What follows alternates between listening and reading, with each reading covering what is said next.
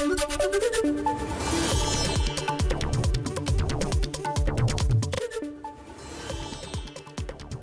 दिल्लीमध्ये भाजपची बैठकीसाठी उपमुख्यमंत्री देवेंद्र फडणवीस, प्रदेशाध्यक्ष चंद्रशेखर बावनकुळे, मुंबई अध्यक्ष आशिष शेलार उपस्थित राहणार।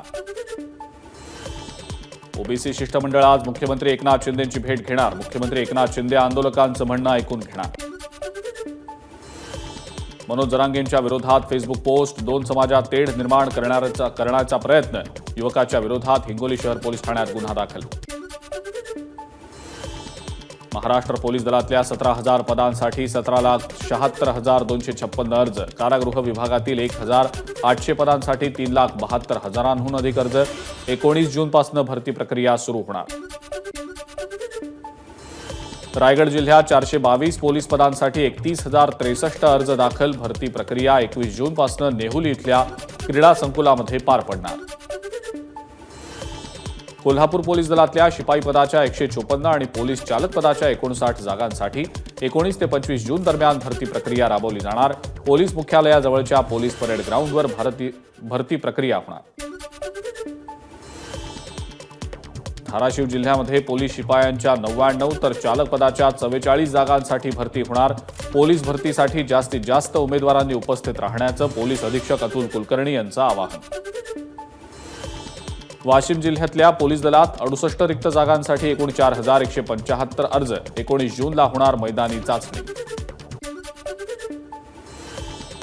जेजुरी गडावर घोडा किंवा बैल आणण्यास मंदिर प्रशासनाकडून बंदी। कोणताही अनुचित प्रकार घडू नये म्हणून मंदिर प्रशासनानं घेतला निर्णय।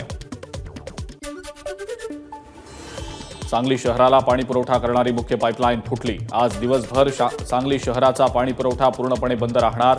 अंडरग्राऊंड गॅस पाईपलाईनसाठी ड्रिलिंग करत असताना पाण्याची पाईपलाईन फुटली। नाशिक जिल्ह्यात समाधानकारक पाऊस न झाल्यामुळे नाशिककरांवर पाणी कपातीचं संकट। गंगापूर धरणात पुढचे 28 दिवस पुरेल इतकाच पाणीसाठा शिल्लक। सांगली जिल्ह्यात मदत कार्यासाठी एनडीआरएफचं पथक दाखल। संभाव्य पूरस्थितीच्या पार्श्वभूमीवर एकूण 30 जवानांचं पथक दाखल। हे पथक 30 ऑगस्टपर्यंत जिल्ह्यात कार्यरत राहणार। नाशिकच्या देवळा तालुक्यात पावसाची दमदार हजेरी। पावसामुळे शेतकरी सुखावले। पावसामुळे शेती कामांना वेग। हिंगोलीच्या सेनगावमध्ये वादळी वारे, विजांच्या कडकडाटासह जोरदार पाऊस। शेतकरी वर्गात आनंदाचं वातावरण। 3 दिवसांच्या विश्रांतीनंतर हवामान खात्यानं वर्तवलेल्या अंदाजानुसार भिवंडीमध्ये दुपारनंतर दमदार पाऊस। पावसामुळे शहरातील भाजी मार्केट आणि बाजारपेठेमध्ये गुडघाभर पाणी। मुसळधार पावसामुळे रत्नागिरीच्या खेडमधल्या मुख्य बाजारपेठेत शिरलं पाणी। गटार तुंबल्यामुळे पाण्याचा लोंढा थेट दुकानांमध्ये। धाराशिव शहरासह तालुक्यातल्या सारोळा परिसरात जोरदार पाऊस। शेतकरी सुखावले। 3 दिवसाच्या विश्रांतीनंतर झालेल्या पावसामुळे शेतकऱ्यांमध्ये समाधानाचं वातावरण। धाराशिव जिल्ह्यातला शेतकरी पावसामुळे सुखावला। जिल्ह्याभरात पेरणीला वेग। बहुतांश शेतकऱ्यांनी सोयाबीनची केली पेरणी सुरू। साताऱ्यातल्या फलटण परिसरात धुवाधार पाऊस। दुधेबावी मोगराळे रस्त्यावरच्या दडसवस्ती नजीकचा पूल खचला।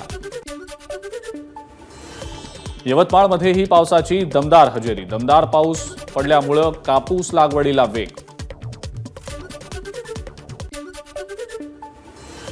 हिंगोलीच्या येलकीमध्ये सोयाबीन लागवडीला सुरुवात। हिंगोली जिल्ह्यात पावसानं दमदार हजेरी लावल्यामुळे खरीपाच्या पेरण्यांना वेग। वर्धा जिल्ह्यात पावसाची दडी, पेरण्याही खोळंबल्या। शेतकरी चिंतेत। बुलढाणा जिल्ह्यातल्या अनेक भागांमध्ये मुसळधार पाऊस। खामगाव, चिखली आणि शेगावमध्ये मुसळधार पाऊस। पावसामुळे पेरणीच्या कामांना वेग। वाशिमच्या कारंजामधल्या भामदेवी परिसरातला निर्माणाधीन बंधारा फुटला। 3 शेतकऱ्यांच्या शेतात पुराचं पाणी शिरल्यानं शेतीचं प्रचंड नुकसान। धाराशिवच्या इटकूर गावात झालेल्या जोरदार पावसामुळे शेतातील बंद बोरवेलमधनं उडाले पाण्याचे उंच फवारे। तर सारोळाच्या बंधारा आणि नदी नाले तुडुंब। नागपुरातल्या अनेक भागांमध्ये सोसाट्याच्या वाऱ्यासह मुसळधार पाऊस। उकाड्यापासून हैराण नागरिकांना मोठा दिलासा।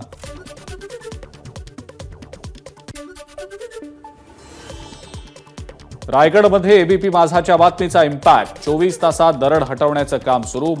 महाड वरांध भोर पुणे राष्ट्रीय महामार्गावर कोसळली होती दरड.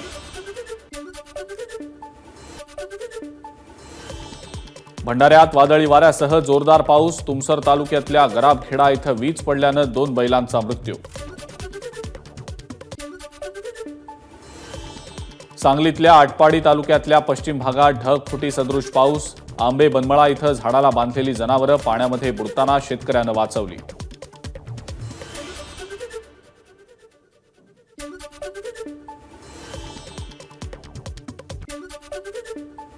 वाशिमच्या कारंजा तालुक्यातल्या पिंपरी फॉरेस्ट इथल्या अडाण प्रकल्पाच्या ठिकाणी पोहण्यासाठी गेलेल्या 3 युवकांचा पाण्यामध्ये बुडून मृत्यू, तर एकाचा रेस्क्यू टीमकडनं शोध सुरू. अमरावतीच्या छत्री तलावात 2 मुलांचा बुडून मृत्यू. उमर शेख मेहबूब आणि अयान राजू शहा अशी मृत मुलांची नावं. 5 ते 6 तरुण छत्री तलावावर पोहण्यासाठी आलेले होते. छत्रपती संभाजीनगरमधल्या खुलताबादच्या दत्तधाम मंदिर परिसरात रील बनवण्याच्या नादात तरुणीचा मृत्यू. ड्रायव्हिंग येत नसूनही रीलसाठी तरुणी चालवत होती कार. बीडमधल्या बाह्यवळण रस्त्यावर 26 लाखांचा गुटखा पोलिसांनी केला जप्त. या प्रकरणी 6 जणांवर गुन्हा दाखल. एबीपी माझा, उघडा डोळे बघा नीट.